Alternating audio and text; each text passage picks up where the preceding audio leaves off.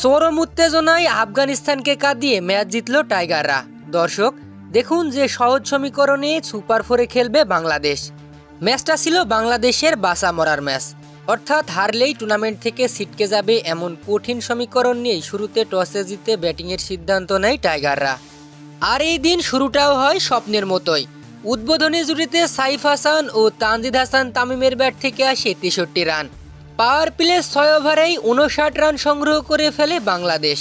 আর এদিন বাংলাদেশের হয়ে দুর্দান্ত ব্যাটিং করেন তানজিদ হাসান তামিম। আউট হওয়ার আগে এই ব্যাটসম্যানের ব্যাট থেকে আসে ৩১ বলে ৫২ রানের এক বিধ্বংসী ইনিংস। অবশ্য শুরুর ১০ ওভারের খেলা দেখে মনে হচ্ছিল ১৮০+ রান সংগ্রহ করবে টাইগাররা। তবে তানজিদ তামিমের আউট হওয়ার পর ক্রমশই রান রেট কমে আসে বাংলাদেশের।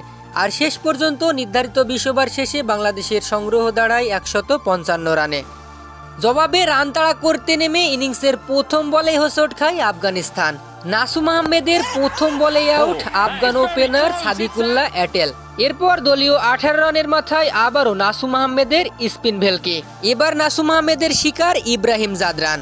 স্কোরবোর্ডে মাত্র ১৮ রান সংগ্রহ করতেই ২টি উইকেট হারিয়ে চাপে চলে যায় আফগানিস্তান। এরপর অবশ্য নিয়মিত বিরতিতে উইকেট হারিয়ে স্কোরবোর্ডে মাত্র ৭৭ রান সংগ্রহ করতেই ৫টি উইকেট হারিয়ে বসে রশিদ খানরা। আর যার ফলে ক্রমশই জয়ের সম্ভাবনা কমতে থাকে আফগানদের। তবে সেই দিকে আজমতুল্লাহ ওমরজাই ও মোহাম্মদ রশিদ কিছুটা সম্ভাবনা জাগালেও শেষ মুহূর্তে চরম নাটকীয়তায় অল আউট হয়ে যায় আফগানিস্তান। আর বাংলাদেশ ম্যাচটি জিতে নেয় ৮ রানের ব্যবধানে। আর এ জয়ের ফলে টুর্নামেন্টে টিকে রইল টাইগাররা। আফগানিস্তান যদি নিজেদের শেষ ম্যাচে শ্রীলঙ্কাকে হারাতে পারে তাহলে কোনো সমীকরণ ছাড়াই সুপার ফোর খেলবে টাইগাররা।